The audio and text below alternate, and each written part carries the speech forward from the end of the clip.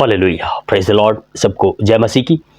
खुदा का शुक्र अदा करते हैं कि खुदा ने आज एक और खूबसूरत दिन हमारी ज़िंदगी में बख्शा और हमें तौफीक बख्शी कि हम उसके इलाही कलाम से उसके इलाही भेदों को सीखें।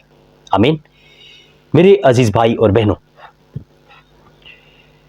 आज हम कलाम अक़दस में से सीखेंगे कि खुदा ने औरत को कैसे बनाया है। बहुत से अलग अलग लोगों के अपने ख्यालात हैं, लेकिन कलाम अक़दस हमें क्या बताता है कि खुदा ने औरत को कैसे पैदा किया।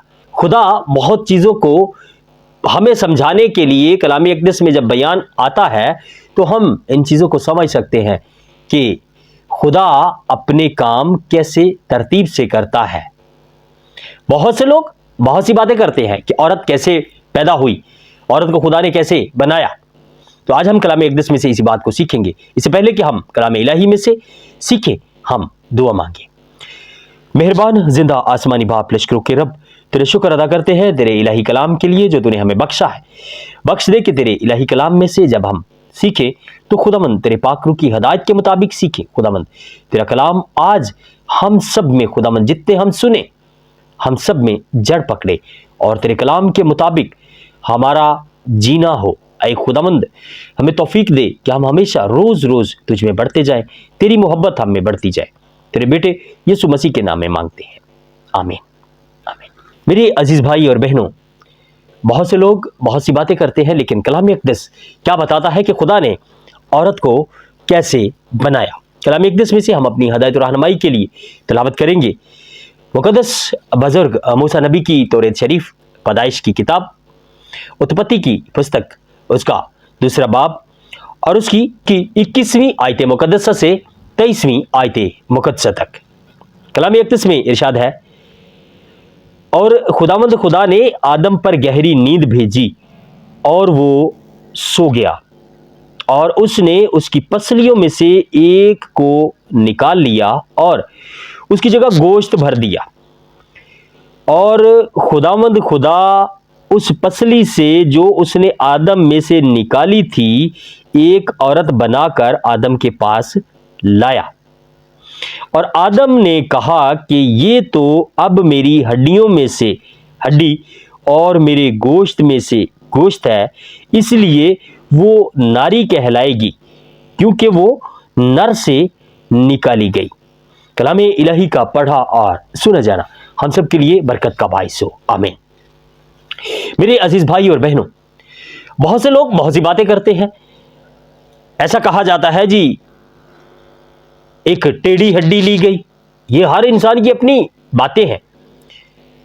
औरत सीधी नहीं हो सकती, ये टेढ़ी हड्डी है, ये फलां है, ये ऐसे है, ये वैसे है, लेकिन कलाम हमें ये नहीं बता रहा।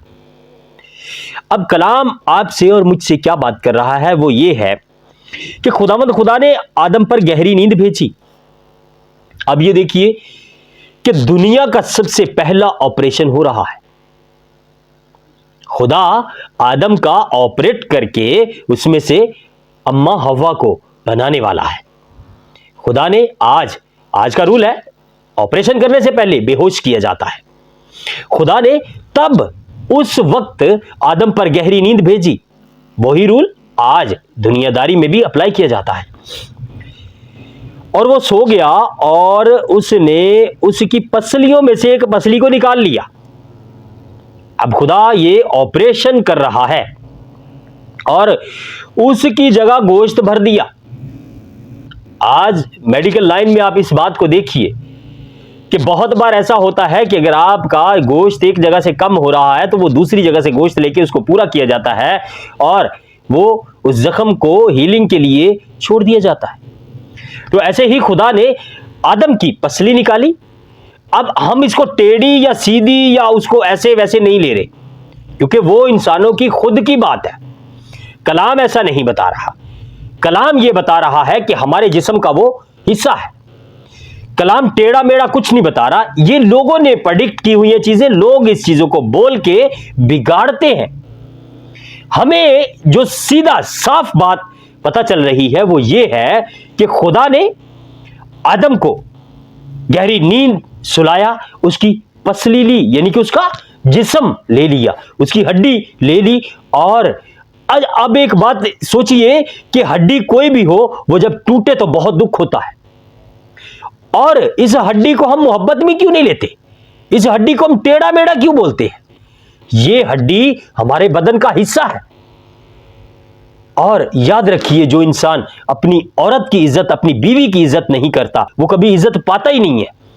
तो याद रखिए कि औरत को यहां पे टेढ़ी या उसको अजीब तरह के अल्फाज अब हम बोल भी नहीं सकते कि लोग ऐसे ऐसे लफ्ज बोलते हैं। यहां पे खुदा ने आदम का ऑपरेशन किया, उसके बदन में से बदन निकाला और एक औरत को तैयार किया। और जब बुजुर्ग बाबा आदम होश में आया, उसने देखा, उसको खुदा ने नहीं बताया कि ये तेरे बदन से लिया गया है, लेकिन उसको देखते ही पता चला कि ये तो मेरा बदन है, ये तो मुझसे लिया गया है। उसने जैसे ही देखा, उसने कहा ये तो मेरे बदन का हिस्सा है, इसलिए ये नारी कहलाएगी क्योंकि ये नर से निकाली गई है। तो अब इसमें एक बात देखिए कि इसमें कहीं टेढ़ी का जिक्र नहीं है, कहीं उसको कमतर नहीं कहा गया। बुजुर्ग बाबा आदम ने देखते ही, होश में आते ही उसने कहा ये नर से निकाली गई है। उसने तो ऐसा नहीं कहा, ले ये तो मेरे तो नीवी है, ये तो और मेरे बराबर ही नहीं कर सकती, तो मेरी बराबरी हो ही नहीं सकती। ऐसा कभी भी नहीं कहा। कलाम अक़दस हमें बता रहा है कि बुजुर्ग बाबा आदम ने खुद कहा, खुदा ने उसे नहीं कहा कि तू इसको ये कह, तू उसको वो कह, तू उसको ऐसा बोल। उसने उसको जैसे देखा, अब हम अपने बदन को जब देखते हैं तो हमें पता लगता है ये मेरे बदन का हिस्सा है।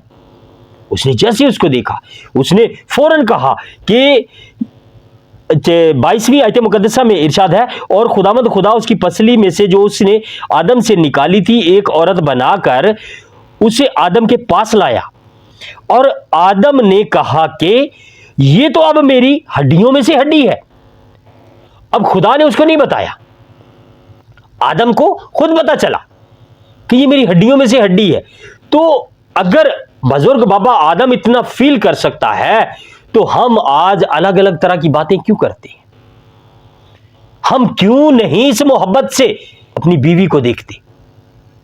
हमें इन चीजों को कलाम की रोशनी में जब हम सीधे दिमाग से, सही तरह से, बिना किसी की एक्स्ट्रा बातों को सुने, जब हम कलाम को पढ़ेंगे तो कलाम हमें समझ में आएगा। जब हम एक्स्ट्रा लोगों की बातें सुन लेते हैं, बहुत बार ऐसी लोग, बहुत अच्छे लोग बहुत अजीब किस्म की बातें कर रहे होते हैं। मैंने एक बार, मेरी किसी से बात हो रही थी तो उसने कहा जी औरत टेढ़ी हड्डी ली गई है ना, तो इस करके टेढ़ी रहती। ऐसा कलाम नहीं कह रहा। कलाम बता रहा है कि वो आदम के बदन का हिस्सा है और आदम उसको जानता है बिना खुदा के बताए। आदम कह रहा है ये तो मेरे बदन का हिस्सा है, ये तो नारी कहलाएगी क्योंकि ये नर से निकाली गई है।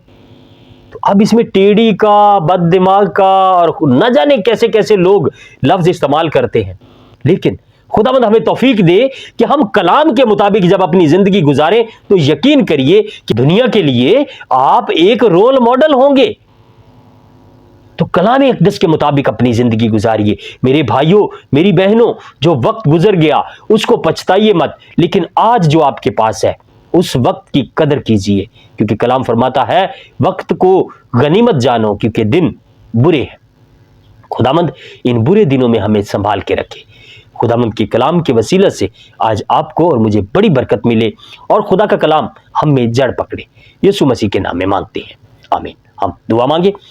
मेहरबान जिंदा आसमानी बाप, लश्करों के रब, तेरा शुक्र अदा करते हैं कि तू अपने इलाही कलाम से हमें सिखाता है।